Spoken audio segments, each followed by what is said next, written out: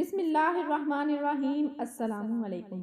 شیطان نے ایک دن پانی پر اپنا تخت بچھایا اور اپنے شاگردوں سے پوچھا، آج تم لوگوں نے کون کون سا کام انجام دیا؟ ان میں سے ایک کھڑا ہوا اور کہا کہ میں نے 2 لوگوں میں لڑائی کرا دی۔ شیطان نے کہا، اچھا کام کیا۔ دوسرا کھڑا ہوا اور یوں بولا، میں نے ایک شخص کو شراب نوشی میں مبتلا کر دیا۔ شیطان نے کہا، اچھا کیا۔ تیسرا کھڑا ہوا اور بولا، میں نے ایک طالب کو مدرسہ جانے سے روک دیا۔ شیطان اس کو گود میں اٹھا لیتا ہے، تم نے سب سے اچھا کام کیا۔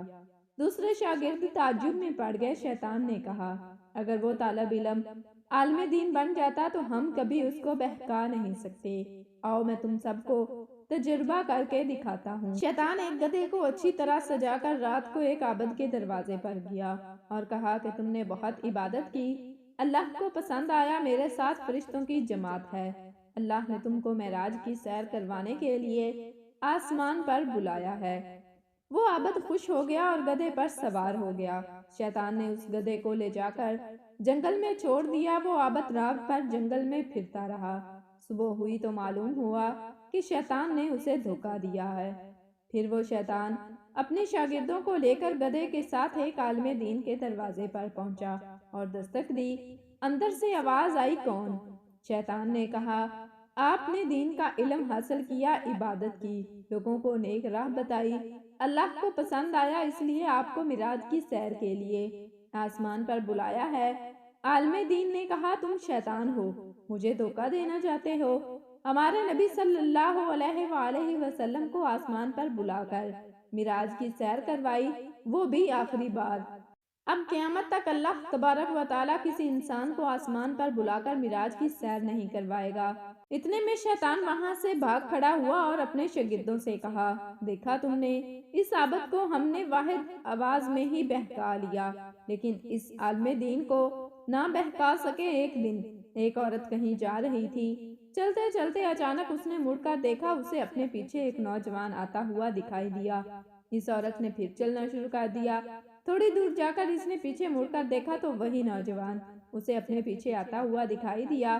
اس عورت نے اس نوجوان سے پوچھا کہ تم کس لیے میرے پیچھے پیچھے آ رہے ہو؟ اس نے جواب دیا، اس لیے کہ تو میرا دل چھین کر لے گئی ہے۔ اس عورت نے پوچھا، تو میری کس چیز پر عاشق ہے اور تو نے میری کون سی جگہ دیکھی ہے؟ نوجوان نے کہا، تیری آنکھیں، میں نے ان کو دیکھا تو میرا دل ان کی طرف کھینچا چلا گیا۔ عورت نے اس کی بات سنی اور اپنے گھر چلی گئی اور وہ نوجوان اس کے دروازے پر بیٹھ گیا۔ تھوڑی دیر گزری ہوگی کہ خادمہ ایک تھال لے کر باہر آئی۔ اس نوجوان نے تھال میں دیکھا تو اس میں اس کی آنکھیں پڑی تھیں جنہیں اس نے نکال دیا تھا۔ اس نے خادمہ سے پوچھا کہ یہ کیا ہے؟ اس نے کہا کہ یہ مالکن کی آنکھیں ہیں، جو اس نے یہ کہہ کر نکال دی ہیں کہ جن آنکھوں کو غیر محرم دیکھتا رہے میں انہیں اپنے سر میں نہیں رہنے دوں گی۔ وہ نوجوان یہ سب دیکھ کر غمگین ہو گیا اور واپس چلا گیا۔